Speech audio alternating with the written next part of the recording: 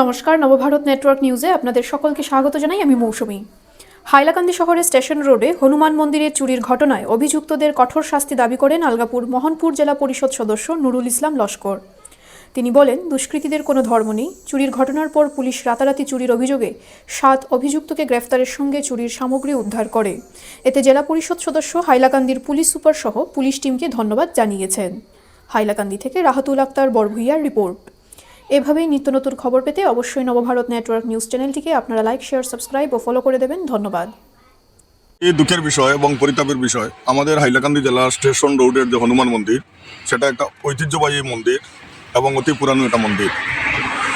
আমরা অত্যন্ত দুঃখিত যে এই মন্দিরে গত 2-3 দিন আগে যে রাত্রে যে চুরির কাণ্ড ঘটেছে, সেখানে হনুমান মন্দিরের কিছু ক্ষতি হয়েছে, ভাঙচুর করা হয়েছে, প্রতিমা ভাঙচুর করা হয়েছে এবং সেই মন্দিরের দান বাস্ক যে টাকা ছিল সেটা আত্মসাৎ করা হয়েছে, আরও কিছু সামগ্রী চুরি করা হয়েছে। সেটার জন্য আমরা অত্যন্ত ব্যথিত। দেখুন, যারা প্রকৃত মানুষ, সে যে ধর্মের হোক না কেন, সে কোনো দিন মন্দির মসজিদে কোনো আঘাত করতে পারবে না, মন্দির মসজিদ কোনো চুরি করতে পারবে না। এরা দুষ্কৃতকারী, এদেরকে আমাদের হাইলাকান্দি জেলা পুলিশ প্রশাসন যে হারে পদক্ষেপ নিয়ে ওদেরকে অ্যারেস্ট করেছে, সেটার জন্য আমি জেলা প্রশাসন, বিশেষ করে এসপি মহোদয়কে ধন্যবাদ জানাচ্ছি। তার সঙ্গে আমি হাইলাকান্দি জেলার সকল শান্তিপ্রিয় মানুষের কাছে, বিশেষ করে বিশ্ব হিন্দু পরিষদ, বজরং দল এবং বিজেপির যারা কর্মকর্তা হাইলাকান্দিতে আছেন, সকলের কাছে আমি বিনম্রভাবে অনুরোধ জানাচ্ছি যে দুষ্কৃতকারীর কোনো ধর্ম নেই। যারা চুরি করেছে তাদের উপযুক্ত শাস্তি আমরা দাবি করছি। প্রশাসনের পক্ষ থেকে আমরা দেখেছি বিভিন্ন মিডিয়ায় জেলা প্রশাসনের পক্ষ থেকে বিবৃতি দেওয়া হয়েছে, কিছু সামগ্রী উদ্ধার করা হয়েছে। দৃষ্টান্তমূলক শাস্তি প্রদান করার জন্য আমরা দাবি জানাচ্ছি, সে যেই হোক না কেন, যে ধর্মের হোক না কেন। আজকে যেভাবে হনুমান মন্দির চুরি হয়েছে, কালকে মসজিদ হবে, পরশুদিন মন্দির হবে।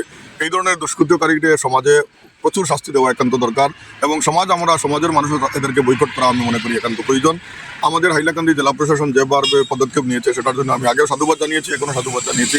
তার সঙ্গে আমি হাইলাকান্দি জেলার শান্তি সম্প্রীতি বজায় রাখার জন্য সকলের কাছে অনুরোধ জানাচ্ছি, যাতে কোনো দুষ্কৃতকারী যাতে এই বিষয়টাকে নিয়ে আমরা যাতে কোনো অসুবিধার সম্মুখীন না হই, সেটার জন্য জেলা প্রশাসন যে হারে সতর্ক আছে, সেইভাবে সতর্ক দৃষ্টি রাখার জন্য আমি সকলের কাছে অনুরোধ জানাচ্ছি একজন প্রতিনিধি হিসাবে। আমরা চাই বরাক উপত্যকা শান্তির দ্বীপ, আমাদের হাইলাকান্দি, আমরা জাতি বর্ণ নির্বিশেষে সকলে মিলে এখানে বসবাস করছি শান্তিতে।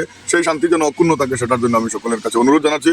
দুষ্কৃতকারী তার কোনো ধর্ম নেই, এদেরকে কঠোর শাস্তি দেওয়া হয়, যাতে ভবিষ্যতে আর কেউ এই ধরনের কোনো কাজ করতে যাতে সাহস না পায়, সেটার জন্য আমি জোরালো দাবি জানাচ্ছি প্রশাসনের কাছে এবং জনগণকেও আমি অনুরোধ জানাচ্ছি যে আমরা প্রত্যেক সতর্ক থাকা দরকার। এই ধরনের দুষ্কৃতকারী যারা আছে, এদেরকে আমরা সমাজে চিহ্নিত করে এদেরকে বহিষ্কার করা, সমাজচ্যুত করা আমাদের প্রত্যেকের দায়িত্ব, সেটা আমি আশা রাখছি। ধন্যবাদ। জয়।